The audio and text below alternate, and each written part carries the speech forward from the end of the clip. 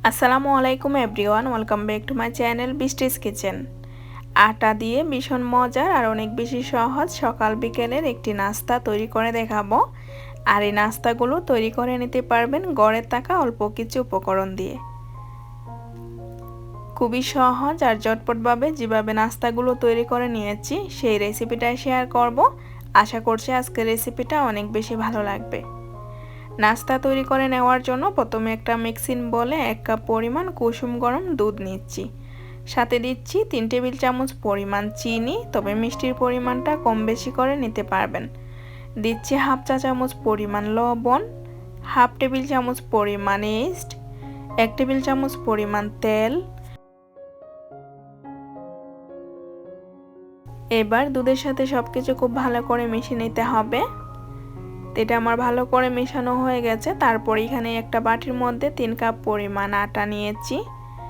এখান থেকে অর্ধেকটা আটা দিয়ে একটা ডো তৈরি করে নেব। আর এই ডোটা খুব বেশি শক্ত না, একটু নরম করে তৈরি করতে হবে।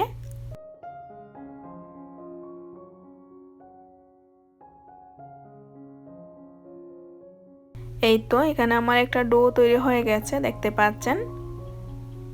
এবার এই ডোটা হাতের মধ্যে নিয়ে এভাবে করে গোল করে একটা বলের মতো তৈরি করে নিচ্ছি। আর এখানে আমি একটা বাটির মধ্যে আটা নিয়েছিলাম 3 কাপ, তার ভিতর থেকে 1 কাপের থেকে একটু কম আটা রয়ে গেছে। এবার ঢাকনা দিয়ে ঢেকে ডোটাকে রেস্টে রেখে দেব 1 থেকে 1.5 ঘন্টার জন্য। যে কোনো গরম জায়গায় রেখে দিবেন, এতে করে ফুলে যাবে। আর 1 থেকে 1.5 ঘন্টা পর এই আটাটা আবার ভালো করে মেখে নেব। ভিতরে যে বাতাসটা ক্রিয়েট হয়েছে সেটা বের করে দিতে হবে। খুব ভালো করে মেখে নেওয়ার পর এভাবে করে একটা বলের মতো তৈরি করে নিচ্ছি।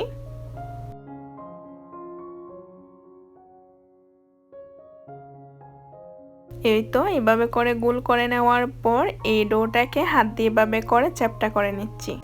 তো এটা চ্যাপটা করা হয়ে গেছে। তারপর একটা বাটির মধ্যে আমি এখানে নিয়েছি দুধ। এই ডোর উপর দিয়ে এভাবে করে দুধটা ব্রাশ করে দিচ্ছি। আপনি চাইলে নর্মাল পানিও দিতে পারেন ব্রাশ করে। তো এটা আমার ব্রাশ করা হয়ে গেছে। এবার এই ডোটাকে হাতে নিয়ে নিচ্ছি।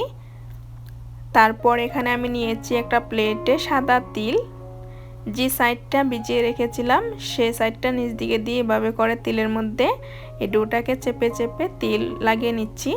অপর পাশটা দুধ ব্রাশ করে দিচ্ছি। তারপর আরও কিছুটা তিল দিয়ে চেপে চেপে এই ডোটাকে তিলটা লাগিয়ে নিচ্ছি। আপনার হাতের কাছে তিল না থাকলে তিল না দিলেও হবে, কিন্তু তবে তিল দিলে এই নাস্তা খেতে অনেক বেশি সুস্বাদু হয়। দুই পাশটায় তিল লাগিয়ে নিলাম। এবার এই ডোটাকে বোর্ডের উপরে নিয়ে হাত দিয়ে এভাবে করে চ্যাপটা করে নিচ্ছি। তারপর উপর থেকে শুকনো আটা ছিটিয়ে দিচ্ছি। তো দুই পাশটায় আটা ছিটিয়ে দিচ্ছি। তারপর এই ডোটাকে আমি একটা রুটি বেলে নেব। আর এই রুটিটা একটু মোটা করে বেলতে হবে। আর নর্মাল যে আমরা রুটি বেলি গোল করে, গোল হবে না, এই রুটিটা একটু লম্বা করে বেলতে হবে। এই তো এখানে আমার একটা লম্বা করে রুটি বেলা হয়ে গেছে। আর এই রুটিটা দেখতেই পাচ্ছেন খুব বেশি পাতলা না, কিন্তু একটু মোটা করে বেলতে হবে। একটা পিৎজা কাটার দিয়ে রুটির চারপাশে সমান করে কেটে নিচ্ছি, এতে করে দেখতে ভালো লাগবে। আর যে বাড়তি অংশগুলো আছে এগুলোকে একটা সাইডে রেখে দিচ্ছি। পরবর্তীতে রুটি বেলে এগুলো দিয়ে নাস্তা তৈরি করে নেব। এবার এই রুটিটাকে আমি মাঝখান থেকে এভাবে করে লম্বা করে 4 ভাগে ভাগ করে নিচ্ছি নাস্তা শেপে।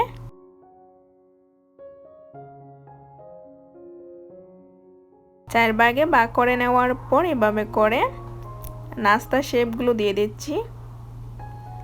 দেখতেই পাচ্ছেন এই নাস্তাগুলো কিন্তু তৈরি করতে খুবই সহজ, অল্প সময়ে আর অল্প কিছু উপকরণ দিয়ে তৈরি হয়ে যায়।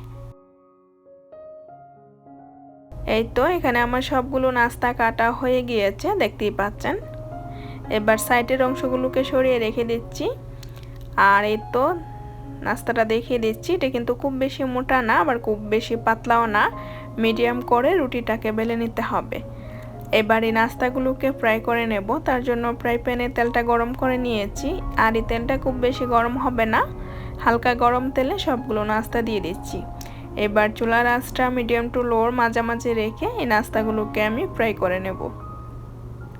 একটু সময় নিয়ে ভাজবেন, এতে করে ভিতরটা ঠিকঠাকভাবে কুক হতে পারবে।